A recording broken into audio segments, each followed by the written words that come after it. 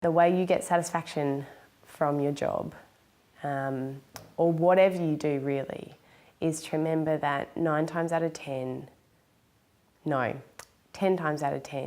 you're dealing with people, and people have feelings and they have emotions and they're important. And so it doesn't matter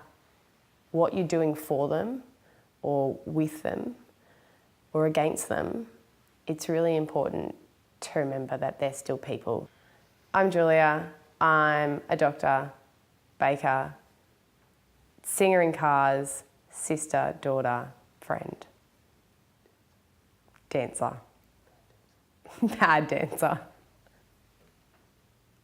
So when I was 16 in my last year of high school, I sat down with my best friend and we were trying to figure out what we were going to do with our lives, and we had no idea. So we got the jobs guide that they used to give us back in the day when it was in paper form and not online. And we literally read through every single job from A to Z and all the descriptions of them in an attempt to figure out what we might do, and slowly, one after another, cross things off. And I got left with lawyer and doctor, and she got left with teacher, and well, I can't remember what else. There wasn't a lot of options really for either of us.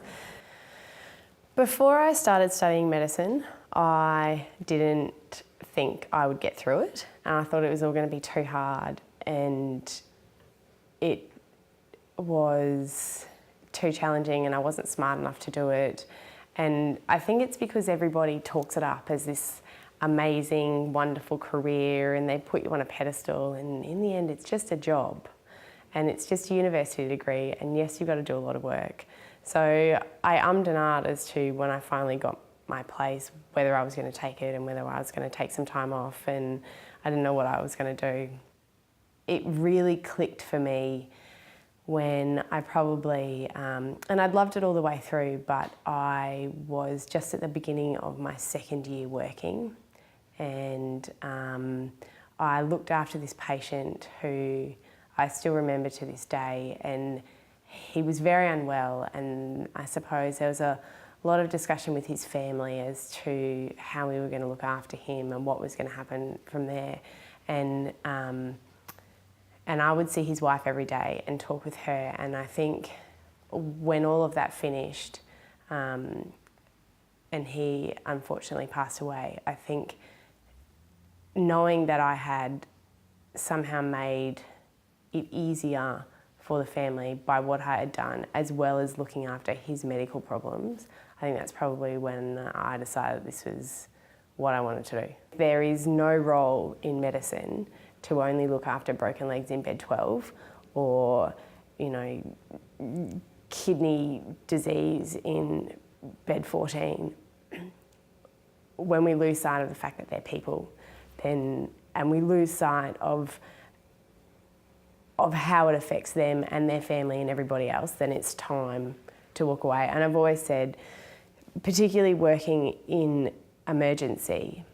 the day that I don't get affected by what happens and what I see come through those doors, and sometimes it's really hard, and the day I don't get upset by that is the day I find a new career.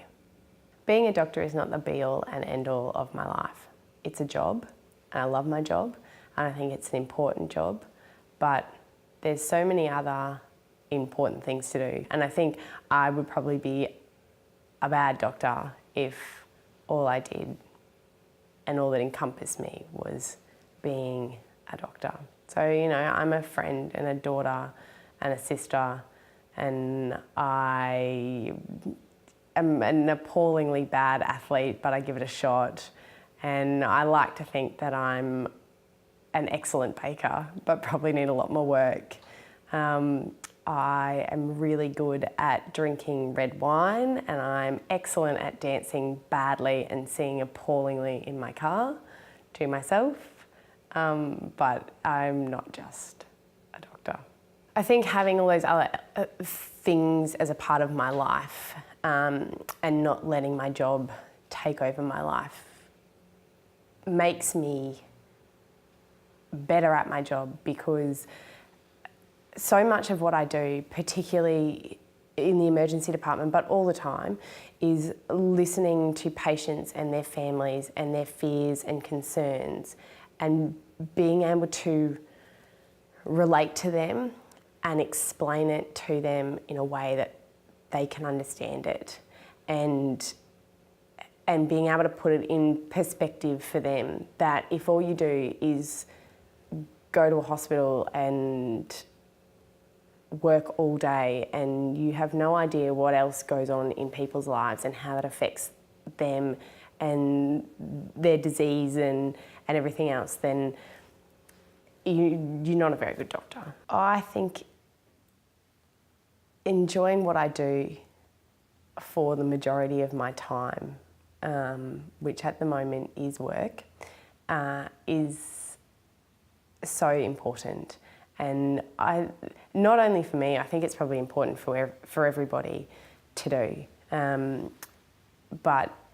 if I don't like what I'm doing, I'm particularly unhappy, really cranky at home, and no one likes me very much. And I think then I become an awful daughter, a narky sister, and an unpleasant friend. And they're probably the titles I prefer, not the narky, unpleasant, awful, but the daughter, sister and friend. I think I probably prefer those titles, and they sit far more easily with me than doctor.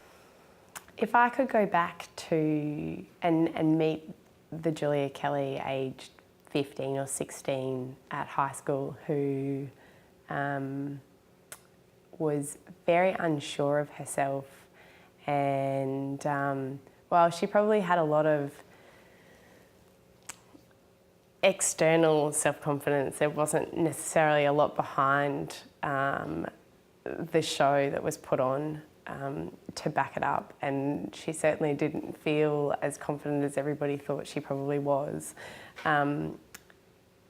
I think I would tell her that it was all going to be okay. Your family will still love you if you get a B or a C, and that you will